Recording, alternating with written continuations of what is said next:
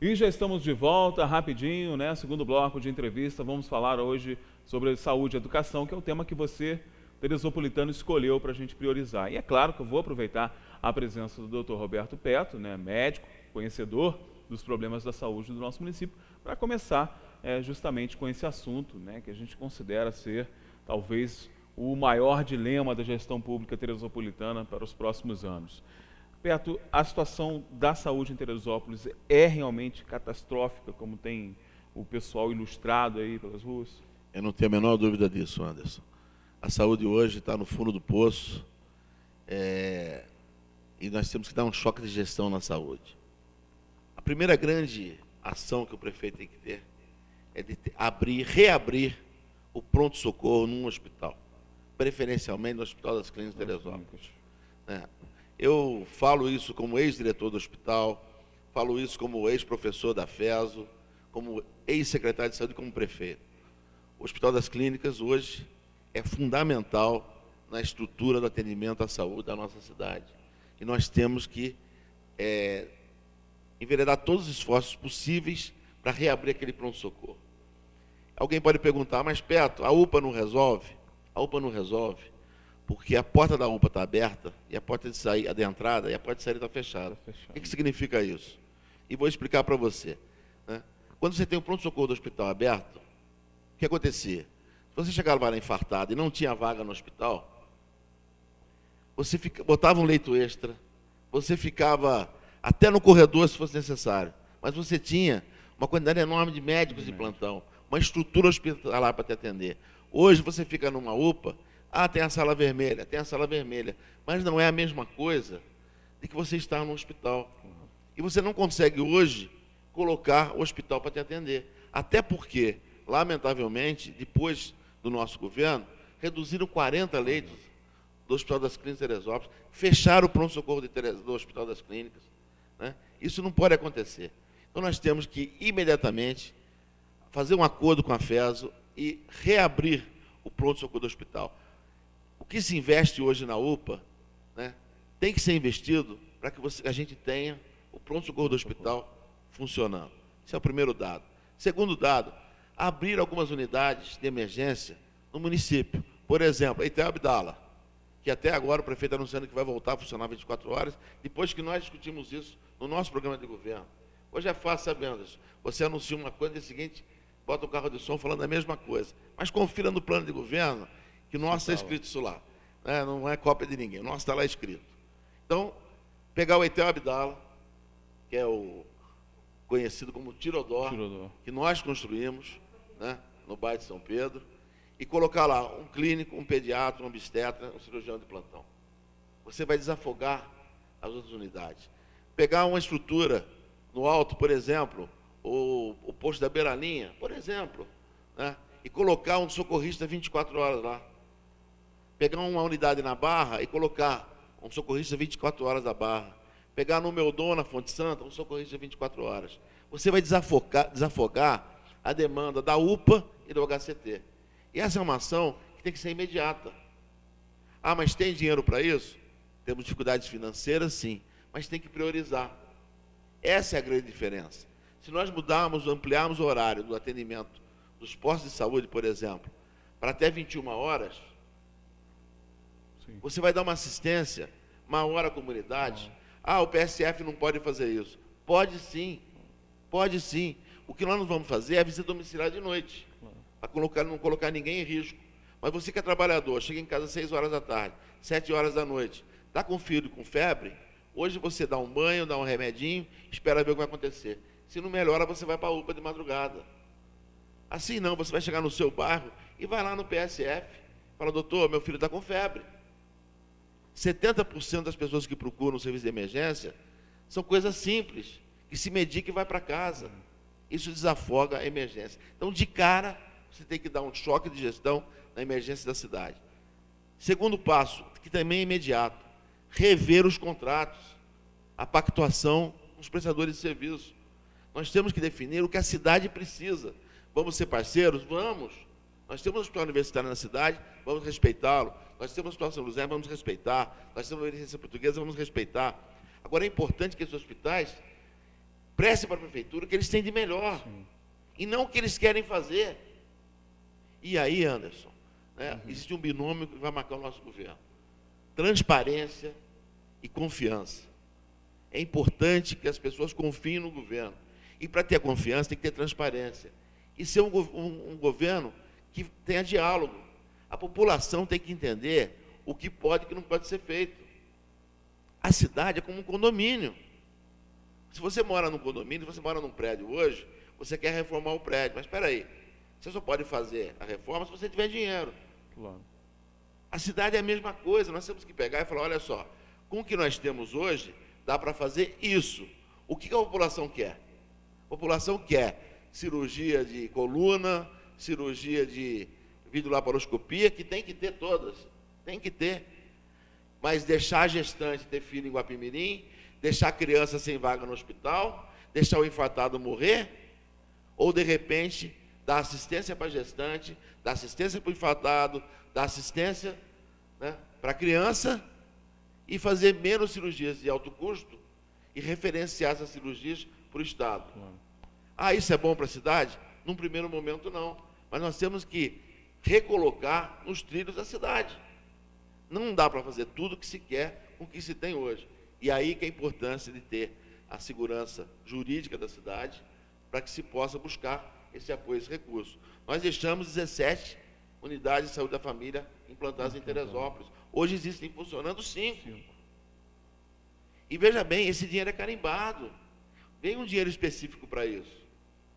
O fato dessas unidades não estarem funcionando plenamente pode fazer com que essa verba do ano que vem seja retida e não venha para a cidade. Então a má gestão está causando um transtorno muito maior do que o de hoje. Você não tem medicamento para entregar para o paciente, vamos voltar a ter os medicamentos básicos na nossa cidade. Vamos criar, inclusive, a entrega domiciliar. Por que é importante a entrega domiciliar? Que é simples de fazer. Hoje você pega um motoboy, ele entrega em casa, não precisa fazer firula. A pessoa não tem que sair da sua casa, enfrentar uma fila para buscar o remédio. Fazer uma entrega programada, fazer o que aconteça, e você vai estar fazendo visita no paciente, sabendo o que está acontecendo. Ah, eu peguei remédio para 2 meses, mas o médico suspendeu o meu medicamento hoje. Então, quando você for entregar, opa, não tem mais, devolve o medicamento. Hoje é jogado no lixo. Claro. Tem pessoa que morre e o remédio fica na casa da pessoa e vai para o lixo.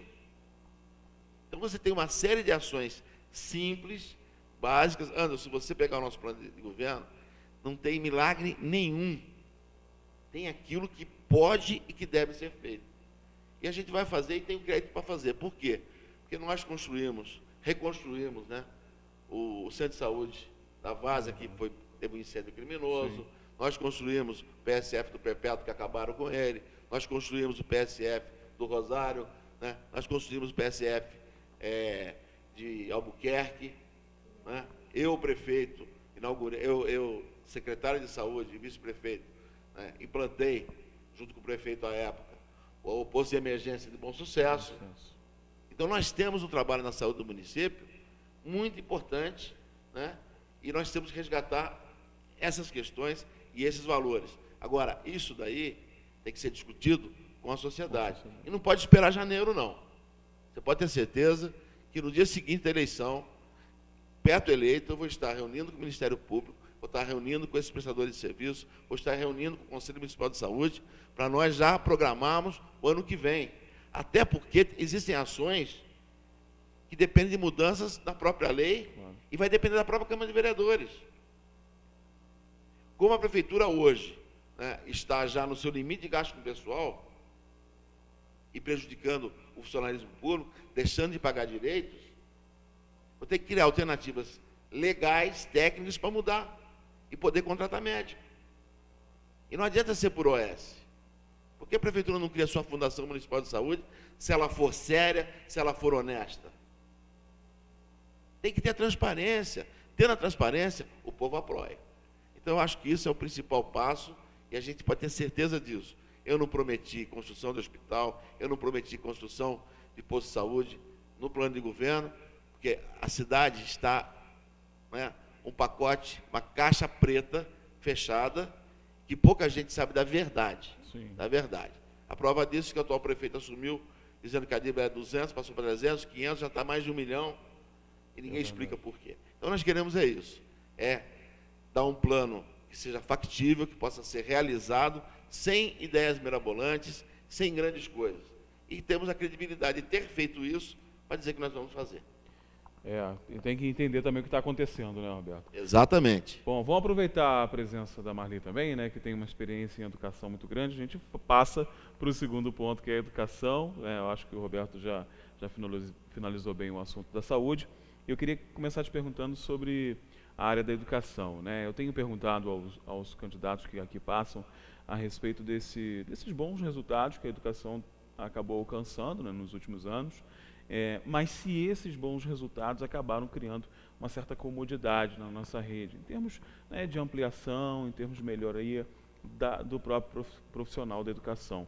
Você acha que essa comodidade acabou atrapalhando ou é um caminho interessante a ser seguido ainda? É um caminho interessante. Eu creio que essa acomodação, até por essa dificuldade política de transição de governos, que é uma coisa negativa de não dar-se continuidade àquilo que é bom. Exatamente. Isso é fato, né? A questão política fica acima dos interesses, às vezes, da comunidade, daquilo que é prioritário, e às vezes projetos bons não se dá continuidade. Isso não é legal, que quebra, né? Agora, realmente nós temos uma quantidade enorme de grandes profissionais na área da educação.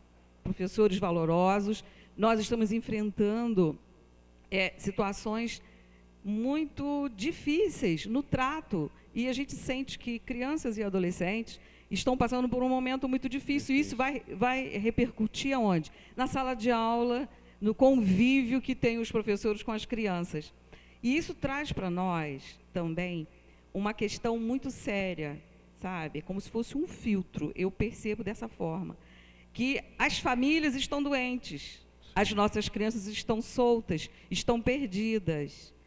É uma coisa que a gente faz uma leitura e percebe que na busca da liberdade, dos meus direitos, eu quero ser feliz, sabe? Ficou uma coisa exacerbada.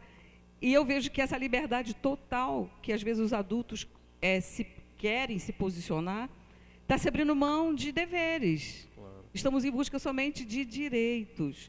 E aí eu penso que esse caminho de uma liberdade tão grande está nos trazendo a uma escravidão do egoísmo. Excesso de relativismo, né? Exatamente. E eu vejo que nós, seres humanos, nós saímos um pouco do nosso eixo, estamos indo para um outro, que é complicado. E basta a gente andar na cidade e ver as praças, os nossos adolescentes, com garrafinhas de bebida, se drogando, sem menor constrangimento, e a gente precisa olhar para isso. Nas escolas, é o perfil das famílias, o convívio com as crianças, com os adolescentes, nos mostram realmente essas questões, entendeu? Então, a gente precisa ver tudo isso e ver que a qualidade, o conteúdo é bom. Nós temos um grupo de professores excelentes, mas a escola e a educação, ela passa por outras coisas. Falamos de preservação da natureza, de preservar animais em extinção. Eu acho que temos que preservar também as nossas crianças, nós temos que preservar também, digamos assim, a valorização do indivíduo, ser humano, né? Precisamos resgatar alguns valores, e eu acho interessante. E o prefeito Pedro, ele tem também projetos nessa área da educação, que vai valorizar ainda mais, qualificando o professor e vendo essas questões todas. Legal. Você me permite, Anderson? Claro. Eu sei que o tempo já está até no comercial, mas veja bem, se nós analisarmos os índices, os últimos índices do IDEB, por exemplo, Teresópolis ficou acima da média exigida. Sim. Só que essa média exigida foi superada muito mais no nosso governo. Na verdade, Teresópolis baixou.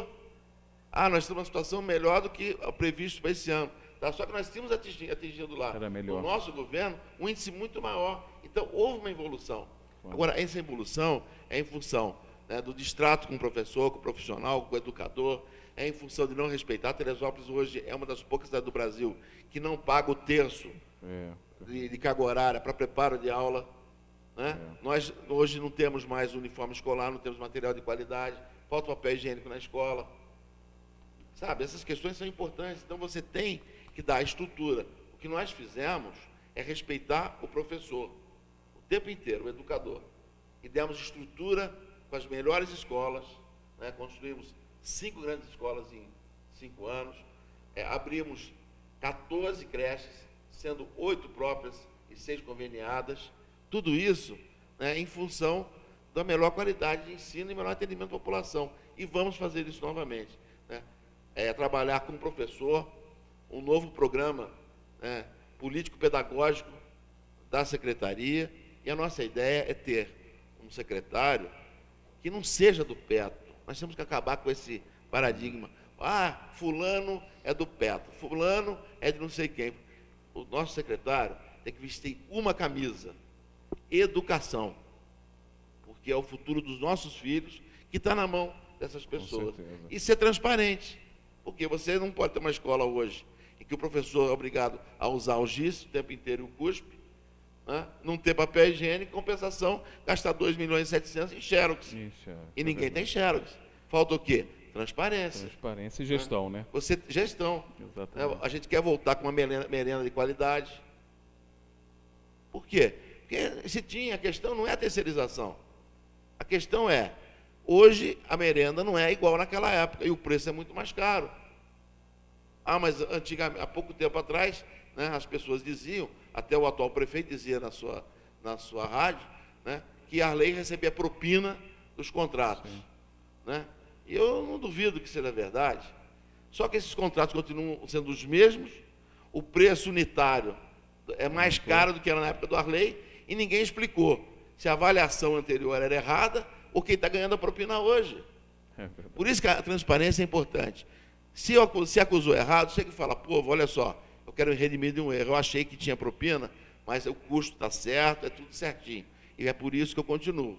Mas não, as coisas acontecem e o povo fica alijado do processo. É por isso que ninguém quer votar, é por isso que as pessoas não confiam nos políticos. Mas pode ter certeza, a educação vai voltar a ser respeitada, porque, na verdade, quando se respeita o educador, se respeita o nosso filho, o nosso futuro. Eu não quero que meu filho, como a Marli falou, tenha que estudar fora daqui ou ir para fora.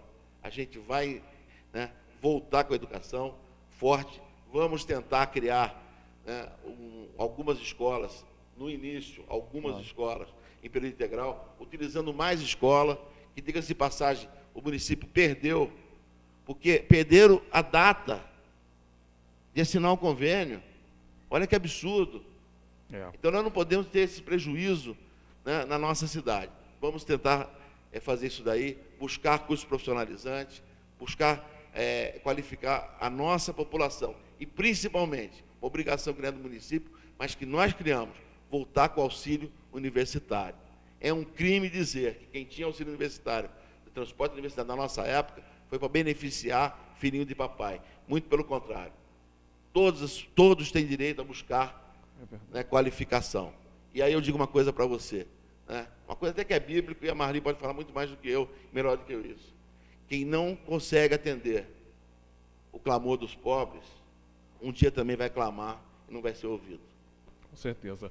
Bom, esse assunto do segundo bloco sempre gera um pouco mais de discussão, afinal de contas são os temas prioritários. Mas a gente vai para o intervalo comercial rapidinho, já estouramos o tempo, mas lembrando que no próximo bloco vamos ler a sua pergunta e vamos falar, né, nas considerações finais dos temas escolhidos pelos nossos candidatos, tá bom? Intervalo comercial rapidinho, daqui a pouco eu estou de volta.